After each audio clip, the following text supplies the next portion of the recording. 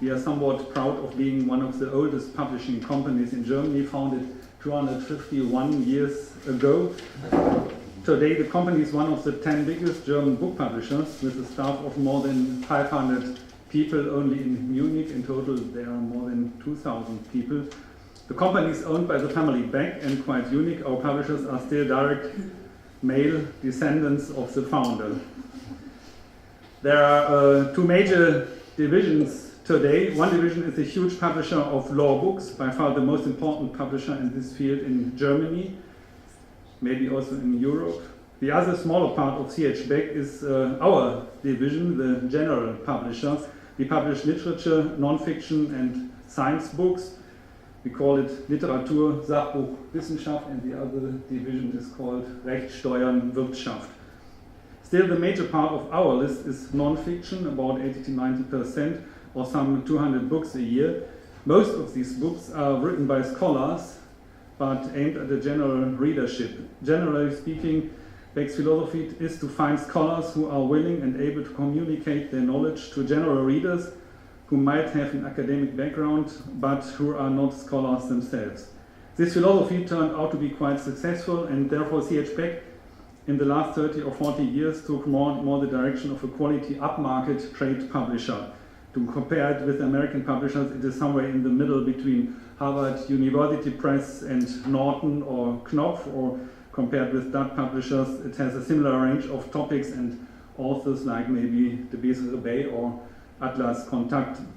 The heart of the list are books on history, and some people think that we are the leading publisher for history in Germany, but I wouldn't dare to say it for myself today.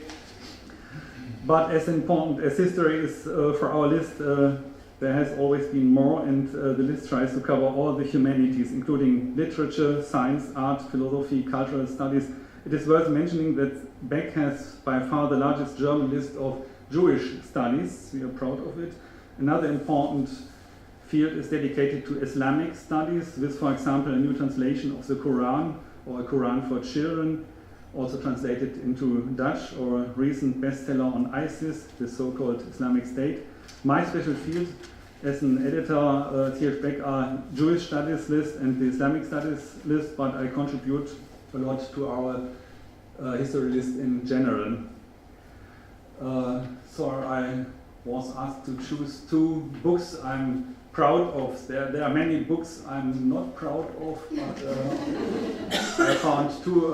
I chose The Nuns of Santa Ambrogio by the leading church historian Hubert Wolf. It combines three virtues which are essential for every good non-fiction title, in my opinion. Firstly, there has to be something really new to tell. Hubert Wolf discovered in the Vatican archives unbelievable documents on a sex and crime scandal in a Roman monastery in the 19th century. He tells the incredible story of how one woman was able to perpetrate deception, heresy, seduction, and murder in the heart of the church itself. It's a really good news story. Secondly, Wolf writes like a very good literary non-fiction author. The book reads really like a thriller.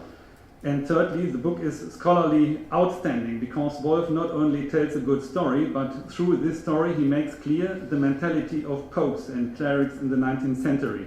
You will understand better the Catholic Church like it is today when you read this book on the 19th century. The American translation has just been published with Knopf, so he published the French edition, Mondadori the Italian. There are other translations. We sold film rights for a fantastic amount, but not yet Dutch rights. Maybe someone is interested here. My second book is a Dutch fiction title. When I read for the first time some chapters of J.G. Voskuil's 7-volume novel Het Bureau, I became immediately addicted to the sound of the hero's description of everyday life in the office. But it's not only a novel on office work or kind of campus novel. It's a wonderfully melancholic novel on life itself, and it's, as the translator Gerd Busse put it, a consolation book for all working people, so for all of us, I think. I absolutely wanted to have the novel in German language, and although I'm not in charge of fiction at CH Beck, I could convince our fiction editor Martin Hietscher and our publisher Wolfgang Beck to translate at least the first of 7 volumes. I'm grateful that the Dutch publisher Wouter van Oorschot, as well as J. Voskuil's widow, Lucie Voskuil, allowed us to begin with the first volume and then see how to continue.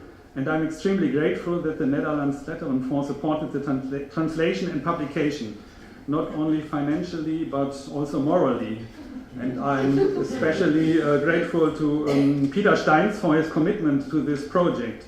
The volume was welcomed enthusiastically by the press. Booksellers love it, and we nearly sold out the first relatively high print run, so it was kind of success. Unfortunately, we didn't dare to continue with 6 additional volumes with over 4,000 to 5,000 pages. I'm relieved, therefore, that the Verbrecher Verlag in Berlin is continuing the German edition. They will publish all further 6 volumes. Good news for all addicted. Maybe Voskuil's Bureau is the most exceptional book I have edited so far, but let's see what I can discover in the next days. Thank you.